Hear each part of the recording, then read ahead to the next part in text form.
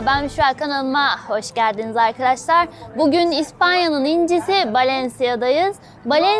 Valencia özerk bölgesinin başkenti, İspanya'nın ise 3. büyük şehri olarak geçiyor. Gerçekten çok güzel bir şehir gezeceğiz. Hem tarihin hem de modernliğin bir arada bulunduğu bir şehir. O yüzden ben çok seviyorum Valencia'yı. İspanya'nın en sevdiğim şehirlerinden bir tanesi. Aynı zamanda da paella'nın doğduğu ana topraklar. O yüzden bugün burada paella yiyeceğiz. O zaman haydi gelin videomuza başlayalım. Bugün yine abim yanımızda. Abim Londra'dan geldi. Onunla birlikte Valencia'yı geziyor. Biz de gelmeyeli 1,5-2 yıl falan olmuştu Valencia'ya. İlk geldiğimizde çok sevmiştik. Şansımıza da festival var sanırım. Müzik sesleri geliyor. Müziğe doğru ilerleyelim. Valencia folklor ekibine denk geldik.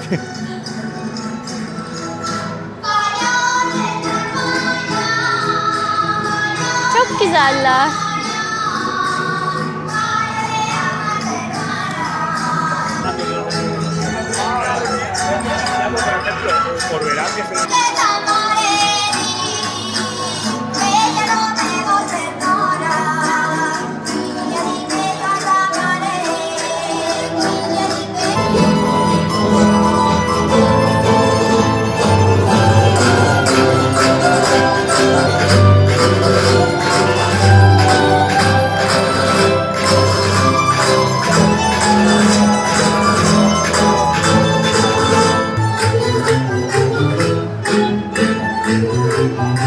Hola.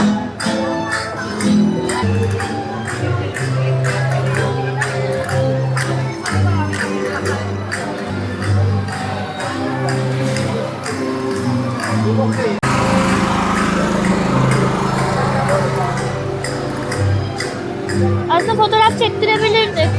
Evet.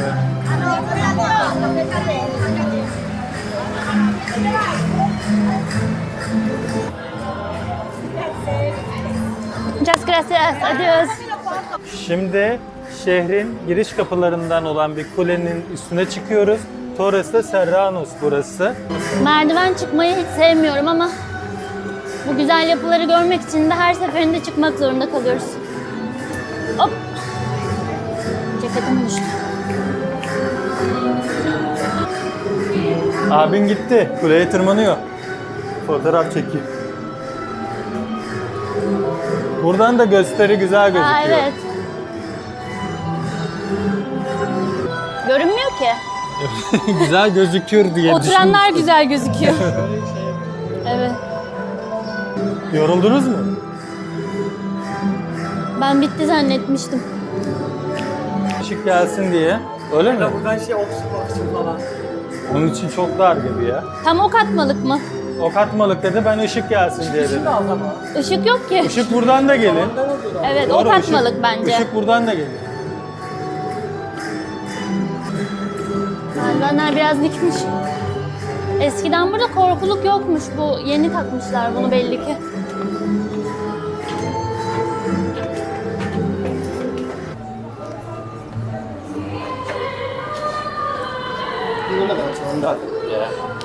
Yukarı çıkmadılar, bir odaya gidiyorlar.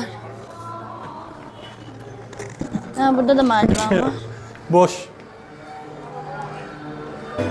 Burada kimse yaşamadığına göre burayı ele geçirebiliriz. Aslında bura çok güzel olur. Abin yukarı çıkmamak için yatay hareketler yapıyor. Geldiğinden beri kule çıkartıyoruz çocuğa. Acıkmadık mı? Eğlenelim mi? Acıktık. Acıktık. Bakmayalım mı şehrin öbür Bakalım yanına? bakalım.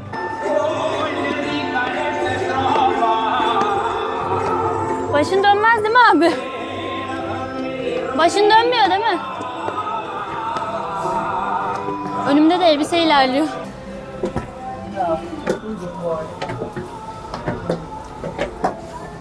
Bence bura kiliseden daha güzel. Katedralin minaresinde. Şuraya da çıkalım mı? Valencia özerk bölgesinin bayrağı. Turia Nehri'nin bahçelerini görebiliyoruz. Arkadaşlar şimdi şehir merkezinde Torres de Serranos'tan giriş yaptık.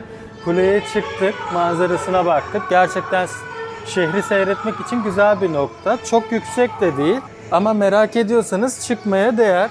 Zaten 2 euro aslında ücreti. Bugün etkinlikler olduğu için de ücretsizmiş. Bu kulenin tarihi kısmı ise 14. yüzyıldan günümüze ulaşmış olması ve yıkıntı halinde değil. İçeride zaten gezerken fark ediyorsunuz. Oldukça canlı bir kule ve şehrin güvenlik açısından da koruma açısından da önemli noktalarından biriymiş zamanında. Şu anda da şehre buradan girişimizi gerçekleştirdik biz. O zaman devam edelim. Hadi bakalım. Girdiğimiz kuleden doğru devam ediyoruz. Ana meydana Valencia Katedrali'ne doğru ilerleyeceğiz. Karnımız acıktı, bir şeyler atıştıracağız. Sonra gezimize devam edeceğiz. Etkinliğe denk gelmiş olmak güzel oldu ama. Yerel kıyafetleri. Topuzlar çok dikkatimi çekiyor. Enteresan bir şekilde örgü, topuz ve böyle değişik şiş gibi bir şey takıyorlar kafalarına. Sevilla festivallerinde de Sevilla kadınları yine bu şekilde topuzlar yapıyor. Çok güzel. Şimdi katedralin olduğu meydana geldik. Burada 2 meydan var. Bu meydan bir tık daha küçük. Evet, katedralin yan Katedralin öbür kısmında tarafı, kalıyor. aynen ana ön tarafı daha büyük. Bu da ilerideki de Başpiskopos Sarayı olabilir mi? Çünkü Olabilir. neden? Toledo'yla aynı muhabbet bak kiliseyle köprüyle bağlanıyor birbirine. Evet, Gördün mü? Başpiskopos Katedral. orada da köprüden geçiyordu katedrale. Evet.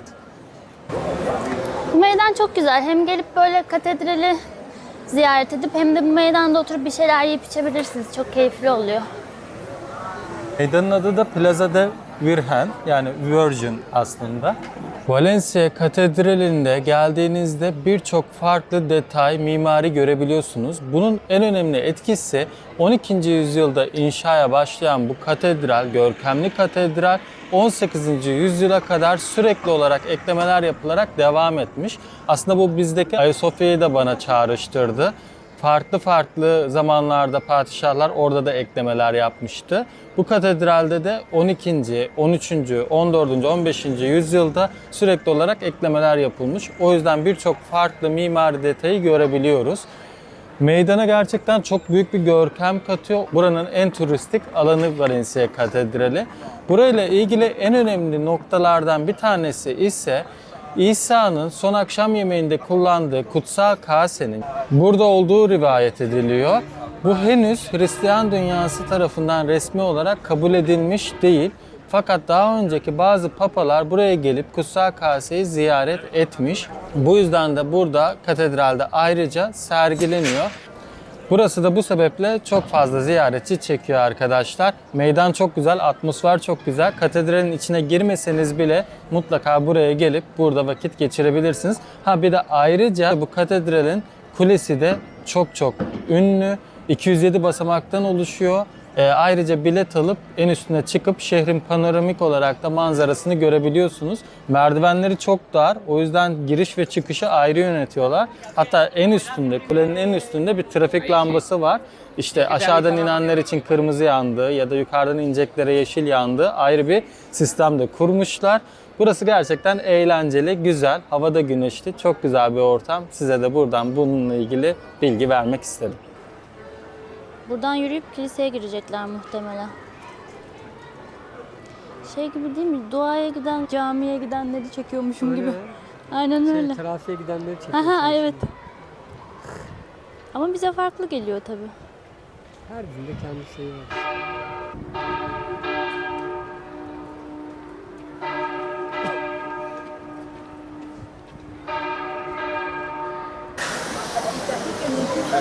Burası da ana ve önemli meydanlardan bir tanesi. Bu meydandaki binaların yapıları da çok güzel. Uf, su sıçradı lan üstüme. Evet, şeyden Oha! bayağı serinlemek için güzel bir Evet, yöntem evet. aslında. Rüzgar var ya, gölden su sıçrıyor. O meydanda ne var? Bayraklar Evet, var mı? orada bir şeyler var. Yarış mı yapacaklar? Şurada da bir televizyon kanalı Bir şey bence, olacak kamera bence. kuruluyor. Bu gördüğünüz bina da belediye binası arkadaşlar. Valencia Belediye Binası. Önünde bir etkinlik olacak ama anlamadık. Polisler yolu kapatmışlar. Çevirmişler. Koşu oluyor bazen, bazen eylem oluyor, festival oluyor. Stand kurulacak buraya onların şey. Stand mı? Bence başka bir şey. Bugün bir fayans gösterisi olacakmış. Böyle havai fişekler falan atıyorlar burada ama renkli havai fişek gibi değil. Daha çok çatapat gibi buranın havai fişekleri. Onun etkinliği varmış. Öğrendik. Ama saat 2'deymiş. O yüzden biz dolaşmaya devam ediyoruz. İnsanlar şimdiden gelmişler. Koltuklarını falan getirmişler. Yer kapmışlar önden izlemek için. Ama çok güzel oluyor falan dedi kadın. Böyle Bakalım. böyle yaptı. Çok güzel oluyor Çok iyi. falan dedi. Evet. Biz sormadan direkt saati falan söyledi hani gelin bakın gibisinden. Evet. Burada çok güzel katedralin yakınında bir seramik müze var. Fotoğraflarını çok beğendik. Girelim istedik ki bugün de bedavaymış. Normalde giriş ücreti kişi başı 3 euro. Gerçekten çok güzel odaları var. Çok güzel içinde seramik detayları var. Merak ediyoruz. O yüzden şimdi oraya doğru yol alıyoruz.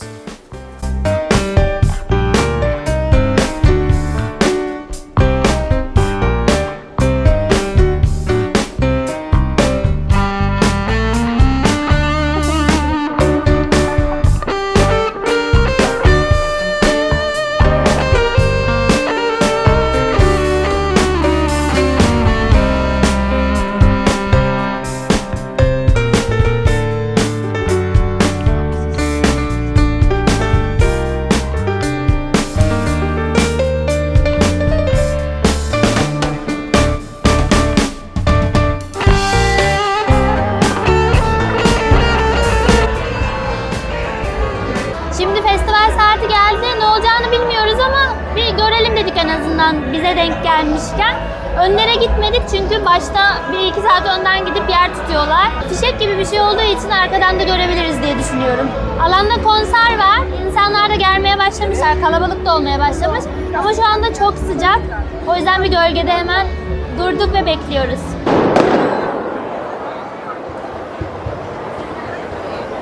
Ha, renkli. Gel şunun önüne geçelim abi.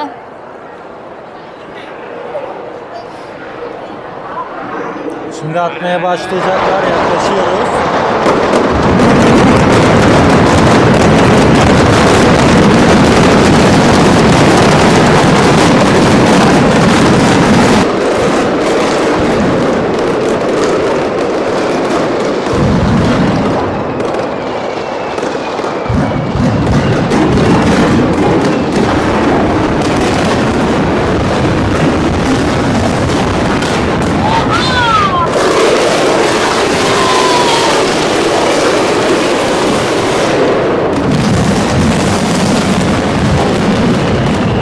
Abi savaşları düşünemiyorum.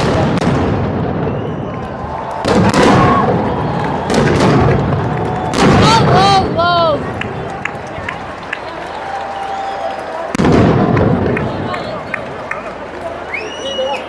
Nasıl? İyi değil mi? Büşra. Şehrin içinde bir yerde olsun haberin olmasa savaş Ah çıktı. evet. Arkadaşlar sizi çok güneş duydum. var. Ben sizi duymuyorum bile, o kadar kötü. Ben bunu çok dandik bir şey zannediyordum.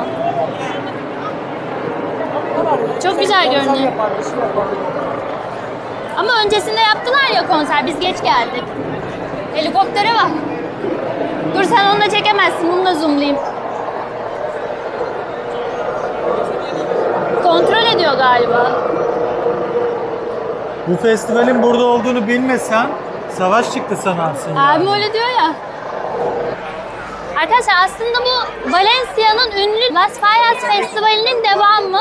Las Fallas Festivali normalde Mart ayında oluyor. Aslında festivalde kocaman devasa böyle binalar kadar kuklalar oluyor ve festival sonunda atıyorum bir hafta mı sürüyor ne?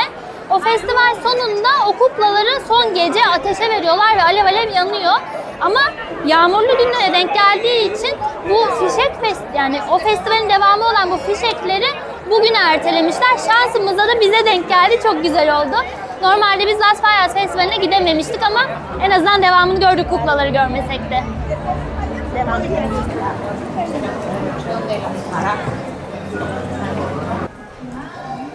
Çok güzel görünüyor. Şimdi Valencia'nın ünlü Mercados'una geldik. İspanya'nın tüm şehirlerinde olduğu gibi buranın da ünlü bir Mercados'u var ama bu Mercado bayağı büyük. güzel, gösterişli bir Mercado. Bunlar hem birçok şehirde olabiliyor hem de bazı kasabalarda da denk gelebilirsiniz. Bu gastronomi pazarlarında hem tadım yapabileceğiniz, yani yerel lezzetler deneyebileceğiniz, tapaslar tadabileceğiniz alanlar bulunuyor. Hem de tam olarak bazı pazarlar pazar mantığında oluyor. Meyve, sebze, et türlerini alabileceğiniz alanlar bulunuyor. Hem yapısal olarak çok görkemli hem de içi çok güzel. O yüzden Valencia'ya gelirseniz bu ünlü Mercado'yu da mutlaka gezin arkadaşlar. Şimdi birlikte bu Mercado'yu inceleyelim.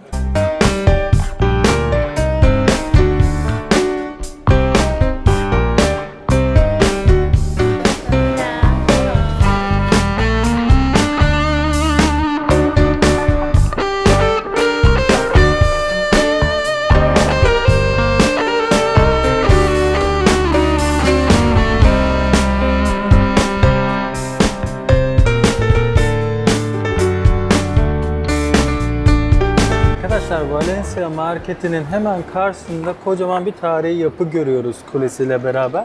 Burası da İpek Borsası. 15. yüzyılda Valencia'nın ekonomik olarak gücünü göstermek için inşa edilmiş ve birçok ticaret de buradan yönetilmiş. Deniz ticaretinden tutun tarıma kadar bütün ticari faaliyetlerin merkezi olmuş çok uzun seneler. Ve şu anda da 15. yüzyıldan bir yapıt olarak ziyarete açık ve çok oldukça da turist çekiyor. Hem de çok merkez bir yerde, dediğim gibi markete gelmişken direkt olarak görebiliyorsunuz. Aynı zamanda bu yapıt UNESCO Dünya Miraslar listesinde de yer alıyor. İçine girmek ücretli arkadaşlar. Biz girelim mi diye bir bakalım dedik ama çok fazla saray, kilise zaten görüyoruz gezilerimizde. O yüzden biz girmeyi tercih etmedik ama gerçekten önemli bir yapıt.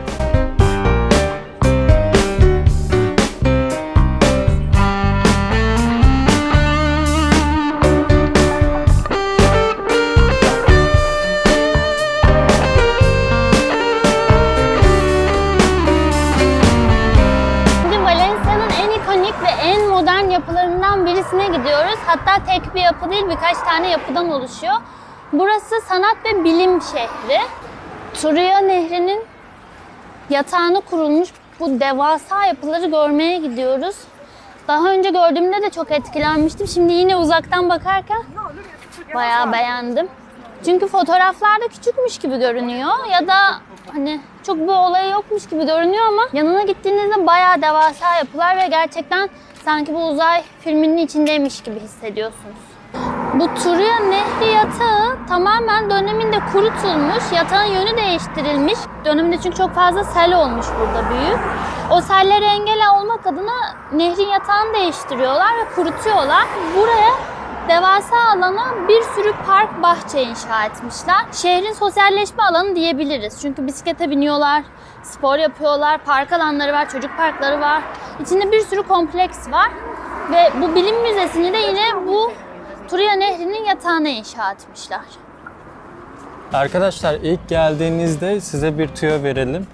Buraya yukarıdan, yani nehir yatağının olduğu kısımdan değil de köprünün üstünden yürürseniz çok güzel fotoğraf çekebiliyorsunuz bu yapılarla beraber. Hepsi birlikte çünkü çok güzel gözüküyor ve geniş bir açı oluyor. Zaten en sona yürüdüğünüzde de nehir yatağının, insanların yürüdüğü kısım, havuzun olduğu kısma inip oraları da ayrıca gezebilirsiniz. Bu da küçük bir tüyo olsun bizden. Zaten her türlü aşağı ineceğiniz için yukarıdan manzaralar çok güzel oluyor.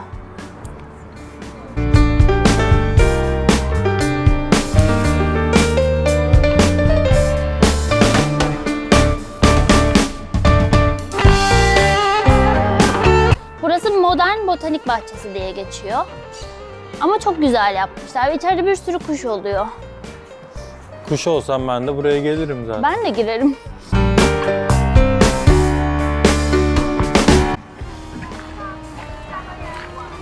Bir sürü dilde hatırlamak kelimesi yazıyor. Türkçe yok. Türkçesini göremedik. Burası sanırım Covid'de hayatını kaybedenlere adanmış. Ama burası Covid'den önce yapılmıştır diye düşünüyorum, emin değilim. Belki yeni yapılan peyzaj hani değiştiriliyorsa, O da olabilir. yani buradaki kısmın bir kısmı ona adanmış. O yüzden zaten hatırlamakla ilgili kısımda bütün birçok dilde hatırlamak yazıyordu anıtın üstünde. Evet. Unutma, hatırla. Güzel ya. Çikolatayı Şu da tam kemik gibi. Çikolata. Bu da acıkmış. Bu botanik bahçesinin sonunda bu şekilde merdivenler var. Merdivenlerden binaların olduğu kısımlara direkt alttan geçebiliyorsunuz.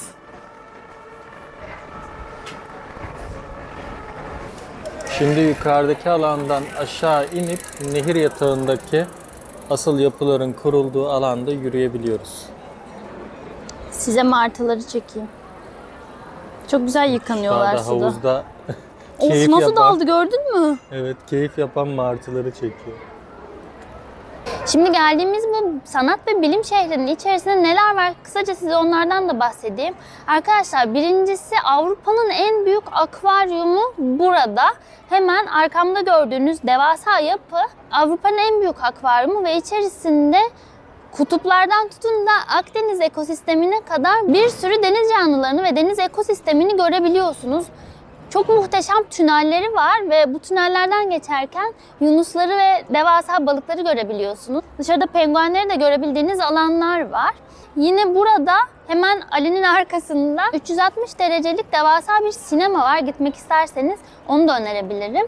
Onun haricinde bilim müzesi var. Bu bilim müzesinin içerisinde canlıların bütün ekosistemlerini görebileceğiniz çok güzel odaları var. Ayrıca deney yapabileceğiniz alanları da var. Biz bilim müzesine bir önceki geldiğimizde girmiştik. Bir de sanat kompleksi var. Burada da konserlerin, sanat gösterilerinin olduğu sahneler var. Yani burası gerçekten tam olarak bilim ve sanat şehri. Yanımızda gördüğünüz havuzlarda da şu anda üstünde yok, denk gelmedim ama su sporları yapabileceğiniz, işte kayıklara binebileceğiniz bir alan bulunuyor. Gelirseniz burayı seveceğinizi düşünüyorum. Hem modern hem de şık. Ayrıca vakit geçip bilimle, sanatla da olabileceğiniz bir alandayız. Şimdi de şehrin ünlü plajlarından bir tanesine geldik. Akdeniz sahillerine doğru akalım. Denize girmeyeceğiz ama bu plaj güzel. Deniz sahilden ne kadar uzak değil mi Onu abi? diyecektim. Enine ne kadar uzun. Evet. Zaten uzun. Marina'nın bayraklarını da çekeyim. Valencia Özerk Bölgesi'nin bayrağıyla İspanyol bayrağı yan yana.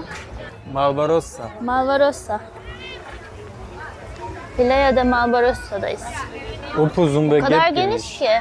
Yürürüz olmadı ayakkabılarımızı çıkarıp. Sahil alanı bayağı uzun. Sahili hem uzun hem geniş.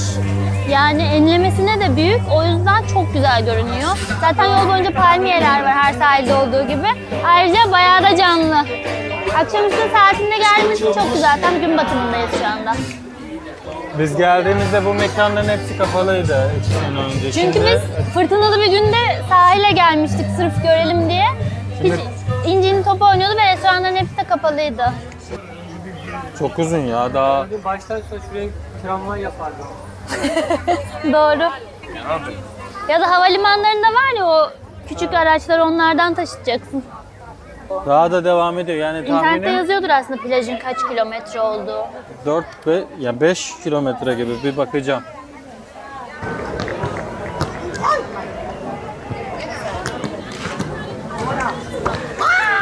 Gerçekten daha gidiyor o fileler. Yan yana da 6 sıra var. İngilizler rahat giriyor yani. Onları biliyor, soğuk dinlemiyor. Türk bayrağını gördünüz mü? Hani? Dalga mı geçiyorsun? İkinci Var mı? sırada Aa, Türk evet. bayrağı var, evet. Burada ne etkinliği var acaba? Tüm ülkenin bayrakları var.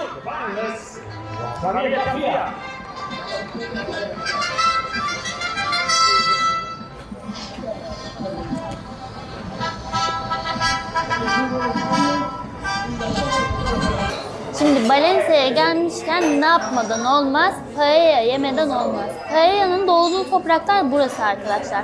İspanya'nın her yerinde yiyebilirsiniz ama orijinalini Valencia'da yiyebilirsiniz. O yüzden biz de gelmişken tekrar burada çok güzel bir paella yemeden dönmek istemedik. Paella'mız hemen geldi. Göster istersen. Ağzım sulandı bile şimdiden. Deniz ürününü aldık. Hemen sıcak sıcak başlayacağız yemeğe. Çok güzel görünüyor. Pişmesi de uzun sürdüğü için yaklaşık 30 dakika bekledik. İyice acıktık. Şu an sabırsızlanıyorum. O zaman biz yemeğimizi yiyelim. Sonra gezerken tekrar görüşürüz. Bu tren istasyonu da tarihi ve eski yapısından dolayı ünlü güzel bir istasyon. Hala işliyor mu galiba? Eski trenler mi geliyor? Evet evet. Ama bütün trenler buraya gelmiyor. Bizim hızlı tren mesela buraya gelmedi. Evet, Başka başka istasyona gitti. istasyonda indik biz. Ama bu da şehrin merkezinde böyle yürürken içine girip gezmelik. Evet. Ama şansımıza çatısında tadilat var. Şeye geçti nerede? Hemen arenayı da gördük. Bu da boğa arenası. Seversin, Madrid'de gördün ama üstü Göremedik ki. kapalıydı. Aman ne Ortası. çıkamadım. Madrid'de boğa güreş arenasına gittik. Yani bilet satmalarına rağmen ortada kocaman bir yapı vardı kapalı. Ne kumu gördük ne bir şey. Boş yere para harcadık gibi bir şey oldu yani.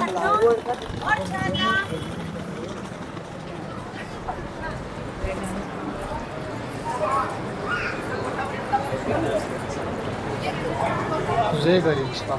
Evet. Güzel ama değil mi dışı falan? Tatlı yani. Buradaki ışıklarda bisiklet yolu var. O bisiklet yolunun ışığında o gün kaç bisiklet geçtiyse atıyorum 3000 mi, 5000 mi, 10.000 mi bisikletlerin sayısı yazıyor. Muhtemelen kamerayla sayıyorlardır. Tek tek bisikletlerin geçişini hesaplayıp yansıtıyorlar. Çok güzel oluyor onu izlemek. İstasyon çok güzel ya. Çok nostaljik.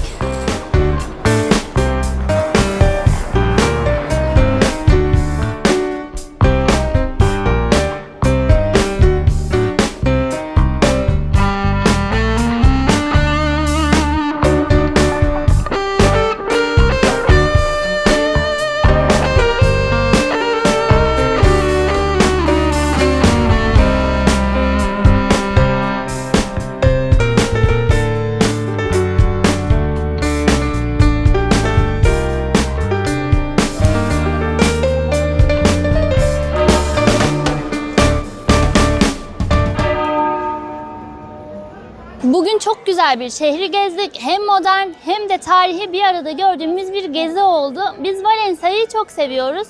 Keyif yapmak istiyorsanız, denize girmek istiyorsanız ya da hem tarihi hem modern binaları bir arada görmek istiyorum diyorsanız mutlaka Valencia'yı ziyaret edin diyorum. Videomuzu beğendiyseniz beğen tuşuna basmadan ayrılmayın arkadaşlar lütfen diyorum. Çünkü bu bizim için çok önemli. YouTube algoritması maalesef buna göre işliyor ve beğen tuşuna basmadığınızda bizim videolarımız öne çıkmıyor. Diğer videolarımızdan haberdar olmak istiyorsanız da kanalıma abone olmayı unutmayın. Bir sonraki videoda görüşmek üzere, hoşça kalın.